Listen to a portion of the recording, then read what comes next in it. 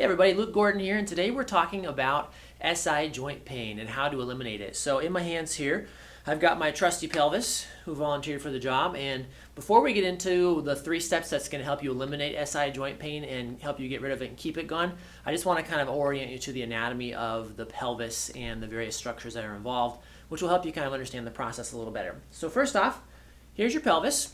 Structurally speaking, it's 2 halves. So my right hand and my left hand here, 2 halves here.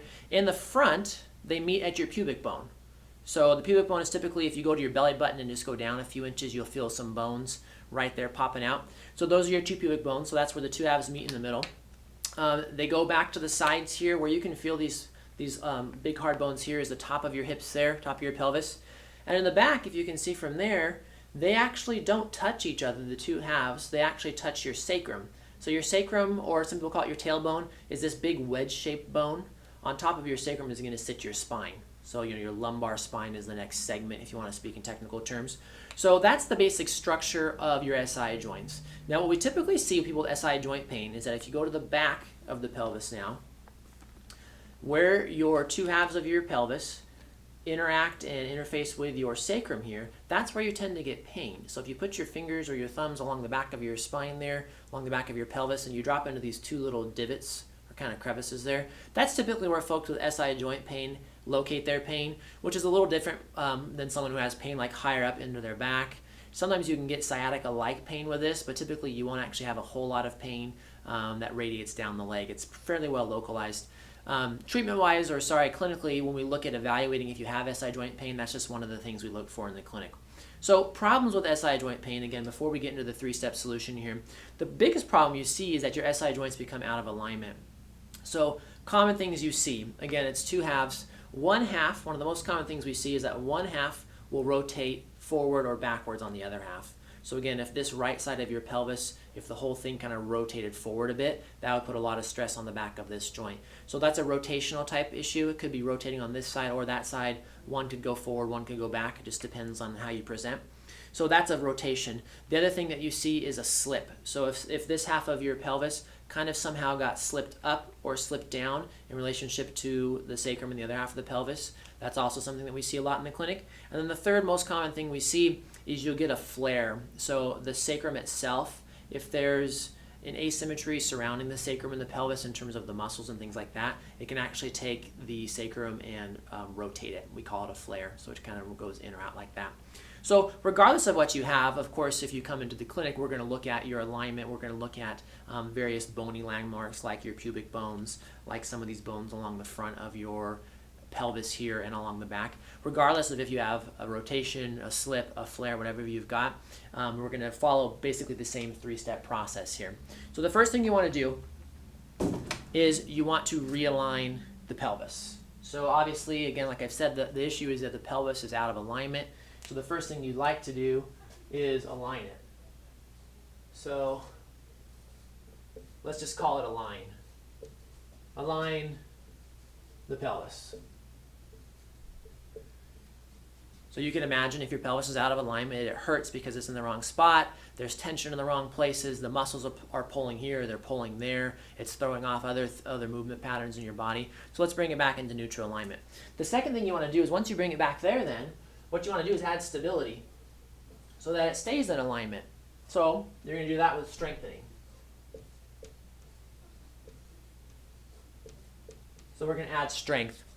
Typically, sometimes we'll have flexibility issues as well. And the most common thing we'll see with a flexibility issue is that if you look at symmetry regarding your pelvis, and again, look at it as 2 halves, if the muscles that are attaching to this side of your sacrum and pelvis are shortened or in spasm and the muscles on this side are being stretched, sometimes just by releasing the tension on one side, it'll put things back into alignment. So that's one treatment avenue that we have, but we don't tend to focus on flexibility with the pelvis unless there is like an asymmetry or a muscle spasm. So it's sometimes, again, you could say, well, you've got to look at those muscles and the tension, and that makes a lot of sense. But ultimately, we could probably roll that into the first part. The first step is saying, when we're bringing you back into alignment, if there are muscles that are tight, we need to loosen them. That's going to be part of that step. And then once we bring everything into alignment and get rid of any of those muscle spasms or asymmetries, then we're going to strengthen to add stability around the pelvis. And the third step there which again, actually the second and third steps are kind of, you can kind of mix and match those, or you can kind of swap them, is that we're going to decrease or get rid of any of your bad habits. So if you look at successful treatment of pelvic pain, SI joint pain in general, you really, before you even jump into any of these three, you really need to understand, okay, my pelvis is out of alignment, but why is it out of alignment? What's causing it to be out of alignment? What's the root cause of my pain? So we can say, well, the root cause of your pain is the SI joint. It's not really that accurate, though. If we go one step further, we can say, well, the reason you have SI joint pain and you're out of alignment is this. Now, for some folks, like I said, it's a problem with muscle spasming or muscle tension, but it could just as likely be related to something like a previous knee or a hip injury that's causing your pelvis to come out of alignment. If you're starting to move differently or you're bearing weight differently because of a previous injury, that's the root cause. So again, you might even put that third step up above, or just kind of mix and match all three of them, but at least this makes sense hopefully on the board. But you really want to figure out, okay, if there's some things that you're doing that could cause your SI joints to come out of alignment again, let's get rid of that. Awkward sitting, moving the wrong way, again, fixing things like muscle tone. So we really want to do that. So that's the kind of the construct. That's how you want to look at SI joint pain. You want to look at it as this issue of alignment and bringing things back into symmetry. The other thing that I will say is there are some ways to do this on your own, but it's one of the more tricky things for us to offer advice on, in terms of like, hey, you've got SI joint pain, try these things. I mean, I do have a video about the top 3 exercises, which will probably be helpful, but at the end of the day, if you don't really know if you have a rotation or a slip up or down or a flare of that sacrum, it's really hard to say, well, do this or do that. So the way that we successfully treat this in the clinic is obviously we're following this 3-step guideline, but really what we do to help you get back into alignment is figure out what the underlying cause is, and then what you need ultimately is hands-on physical therapy. So you need a physical therapist who can say, okay, here's your bony alignment. So we look at all those landmarks that I was talking about with your pubic bones, your pelvic bones, your SI joints. Let's determine what position your SI joints are in right now. And again, do you have a rotation? Do you have a slip? Do you have a flare? So let's look at that. Let's look at if there are some things with muscle tension. Let's look how to relieve that, which can be stretching, but more commonly it's hands-on physical therapy to relieve those areas. And then if all of that helps to bring your pelvis back into a better position, then we can really tackle the alignment issue. And we do that again with hands-on therapy. We have various ways we do that, not to get too technical for the video, but with muscle energy techniques, where we're using various muscle contractions surrounding your hips and your pelvis to move and pull your pelvis into certain directions.